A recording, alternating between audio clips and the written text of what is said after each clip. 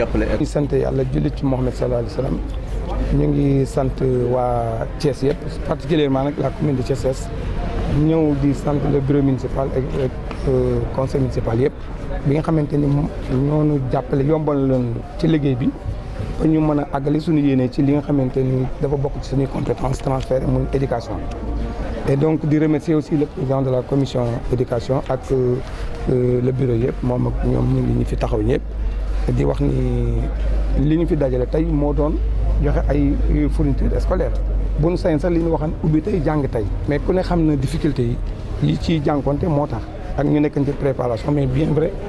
bien avant fournitures yi ñëw na avant école di ubbi mais ñu ngi nekk ci dispatching bi yooyu loolu moo tax mais li ñuy njëkk a def rek mooy ginnaaw bu ñu ko rafetloo dégg kàddu yi nga xamante ni directeur école de wax na ko ak l'inspecteur bi nga xamante ni Socé Sarr moo ko fi représenté li ñu wax dégg nañ ko ñaax nañ ñun wax nañu aussi itam seeni soxla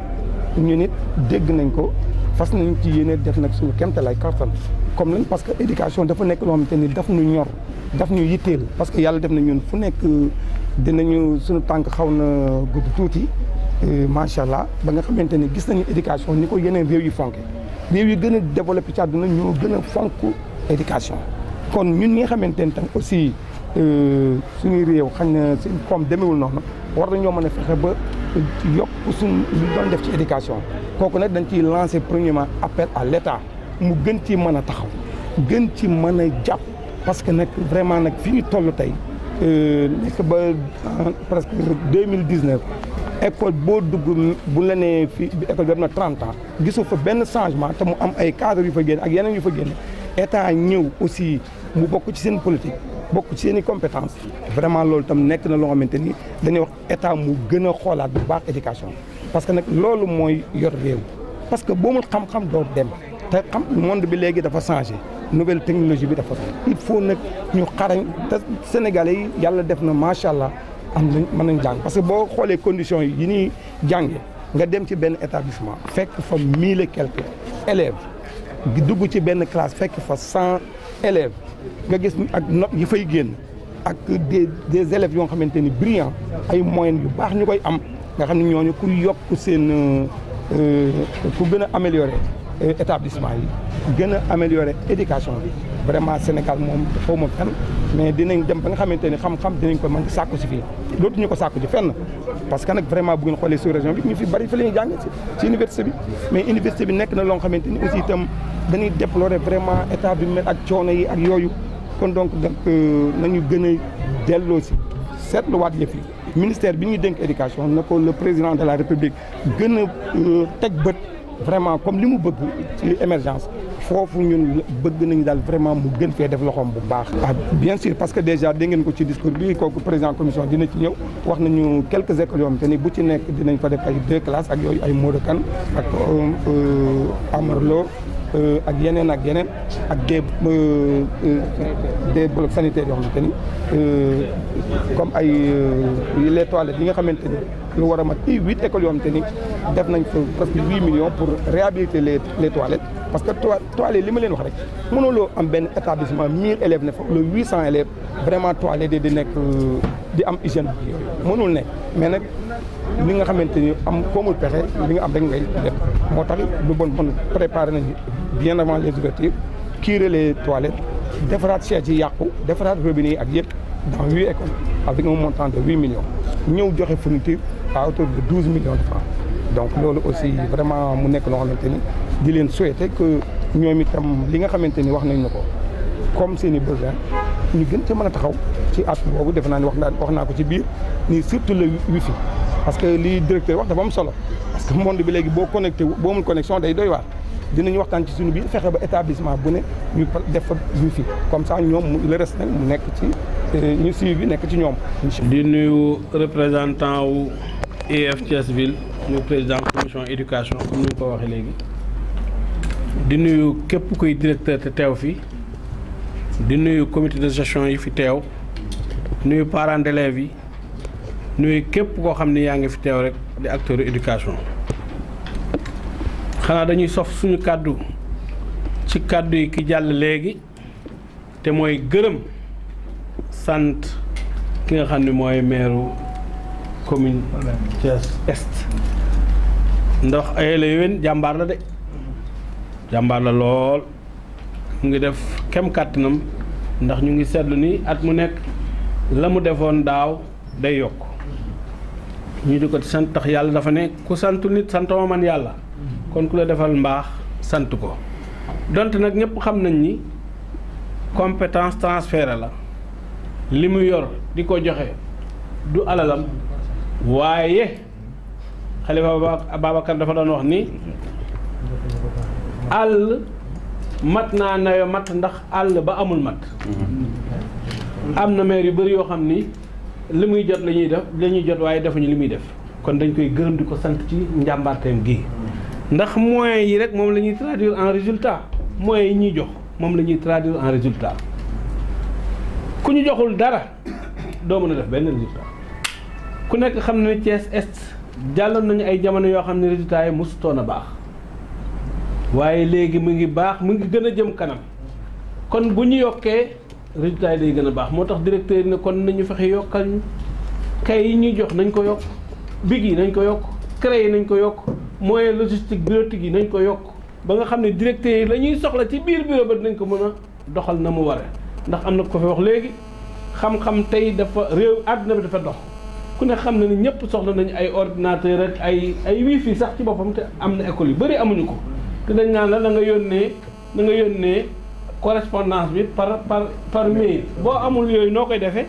te foofu la ñu toll kon yooyu bu ngeen ñu ci mën a jàppale école bu nekk am ko dina baax lool. beneen bi ci topp mooy jégalu ngeen ba pare waaye directeur dañ maa yóbbante woon ne ñun de bu doon suñu sago retard yu mel ni bañ a am ndax kat bi ñu yónnee ay message dañu wax ne 16h la ñuy tàmbali ñu ñëw toog ba 17h30 gisuñu kenn loolu day métti nañu waaye comme jégalu ngeen nag isa tadaral jaani ma ran bopp ku jégalu moom jégal nañ la te explique heureusement président commission éducation leeral na li waral retard bi kon suñuy xool sedd na métti woon na nag sànq moom am na ñoo xam demoon nañu bay ñaxtu ci directeur ne vraiment xamuñu ne directeur autorité la ndax yéen sallallahu alayhi wa sallam moo ne képp kuy def jikko yu rafet ci nit ñi yaa ma wuutu man yonent te waxul ki jàngale arabe waxul ki jàngale français waxul ki jàngale espagnol dafa ne kuy def jikko yu rafet ci nit ñi rek mooy éducateur warasatul anbiya ñoom ñu wuutu yonent yi kon ay autorité lañu kon kenn warul leen a teg benn place lu yàgg lool dañ leen a jox cër dañ leen war a jox cër bi ñuy jox autorité yëpp jàngalekat yëpp ay autorité lañu dañ leen war a jox cër bu mag comme nag jéegul ngeen jéggal nañ leen suñu xol sedd na buy xam nañu léegi li waraloon retard bi kon dañuy wax ni rek ñu gën a góorgóorlu lii ñu def baax na lool waaye ngeen gën ñoo dolli rek am na ko fi wax léegi facture yi cher na facture courant facture ndox bu ngeen ñu mënul jox lépp it mu am lu ngeen ñu ci defal rek ne léegi kat école bi nekk dinañ ko jox ñaari junni su dee ñetti junni la courant moo xam bu dee ñeenti junni la moo xam bu dee juróomi junni la moo xam waaye daal ñun dinañ ko jox nàngam bii mu mottali loolu dinañu neex daaw it am na lu ngeen ñu ñamaloon bëgg nañu ngeen dolli ñu ko ndax daaw joxe ngeen directeur bu nekk fukki junni mu dimbale ko ci ay paasam ak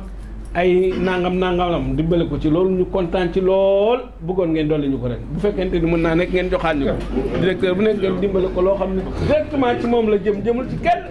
ci moom la jëm mu dimbali ko ndax affaire yi métti na asalaamaaleykum wa rahmatullahi taala wa barakatu bismillahi rahmaani rahim asalaamaaleykum wa rahmatullahi taala wa barakatu ñu ngi nuyu ku nekk si turam ak santam si jiital monsieur le maire Pape Diop ak ñi nga xam ne ñëpp ñoo fi daje rawatina nag suñu directeur école yi nga xam ñoo fi nekk ñoom ñi nga xam ne ñoo ñu yaral suñu njaboot yi ñoom ñuy toppatoo suñu doom yi di wax que ne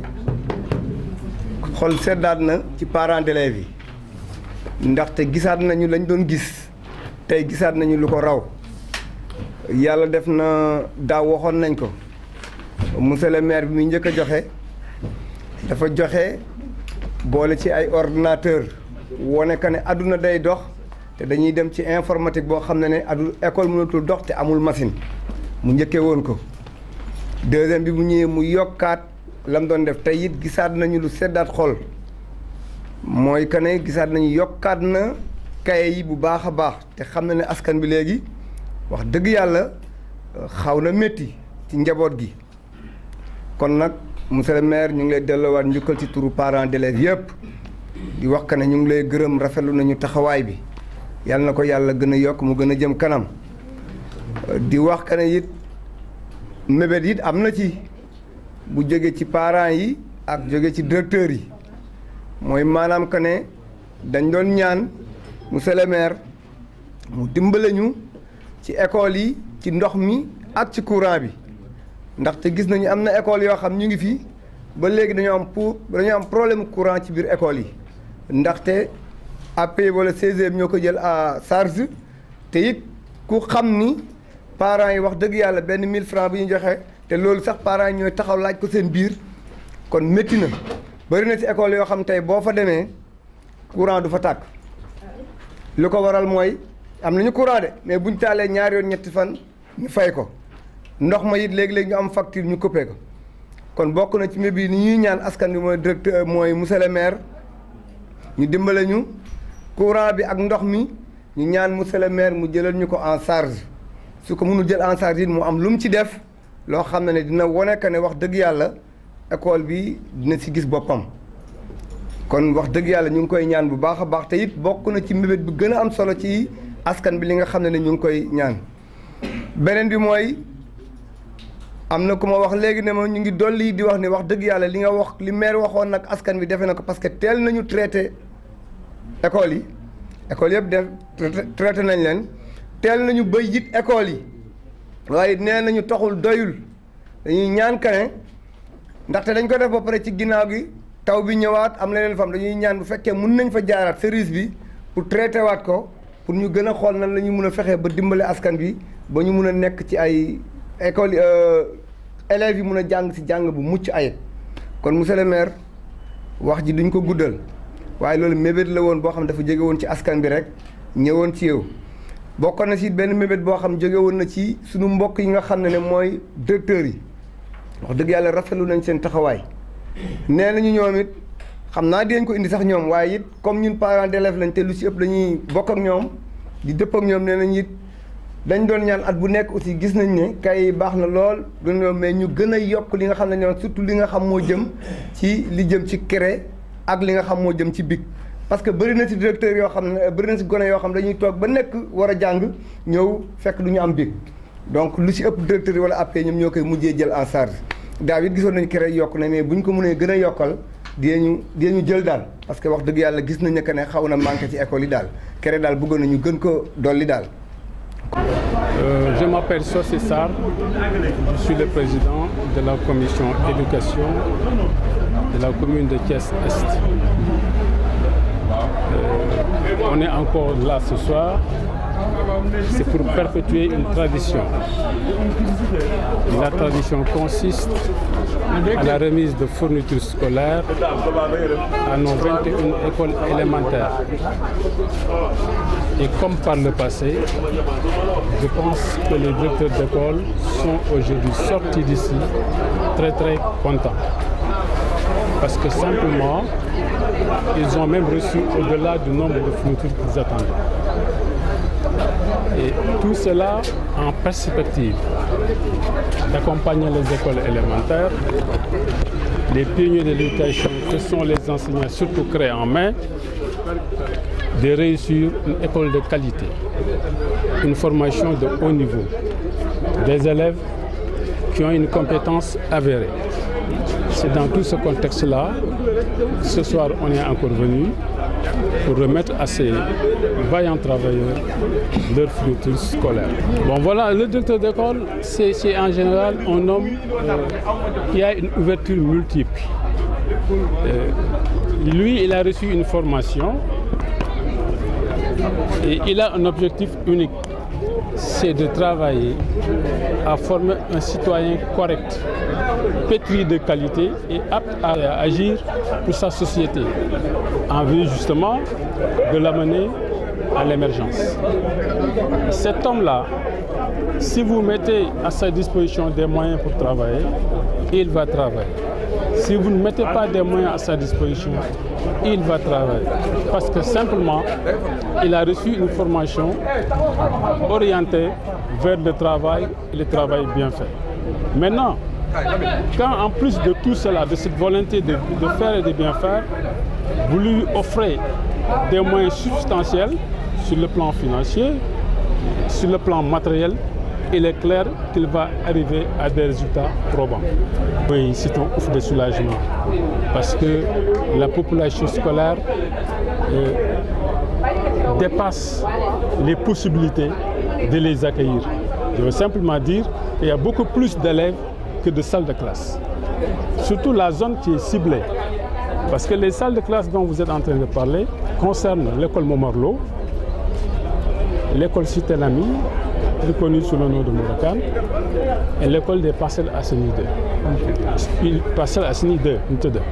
Si vous prenez le cas de l'école Parcelles Asseni unité 2, c'est une école de périphérie. Voyez. Et dans cette zone, on a tendance à voir un phénomène s'installer, c'est que chaque année,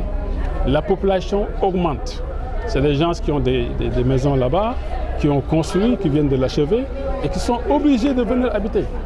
Voyez. Les élèves qui étaient ailleurs seront obligés d'étudier à l'école élémentaire Parcelles Asseni. C'est valable pour l'école Modokan, c'est également valable pour l'école Momarlo.